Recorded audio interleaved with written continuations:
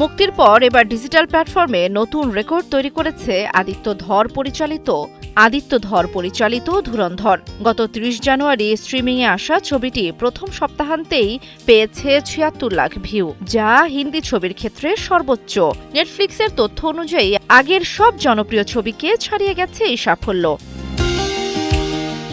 ডিজিটালে মুক্তির পর ধুরন্ধর ৭টি দেশে বিদেশি ভাষার ছবির সাপ্তাহিক তালিকায় শীর্ষে উঠে এসেছে। এখন পর্যন্ত ছবিটি মোট ২৬ মিলিয়ন ঘণ্টা দেখা হয়েছে।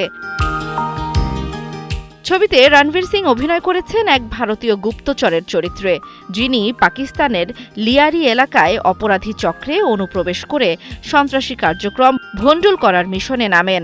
তার সঙ্গে অভিনয় করেছেন অক্ষয় খান্না, অর্জুন রামপাল, সঞ্জয় দত্ত ও আর মাধবন।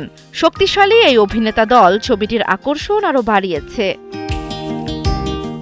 প্রেক্ষাগৃহে মুক্তির সময় ধুরন্ধর বিশ্বজুড়ে প্রায় ১,৩০০ কোটি রুপি আয় করে এবং ভারতের বাজারে প্রথম হিন্দি ছবি হিসেবে ১,০০০ কোটি রুপির বেশি আয় করার ইতিহাস গড়ে। জান্নাতুল দোলনা, ৭১।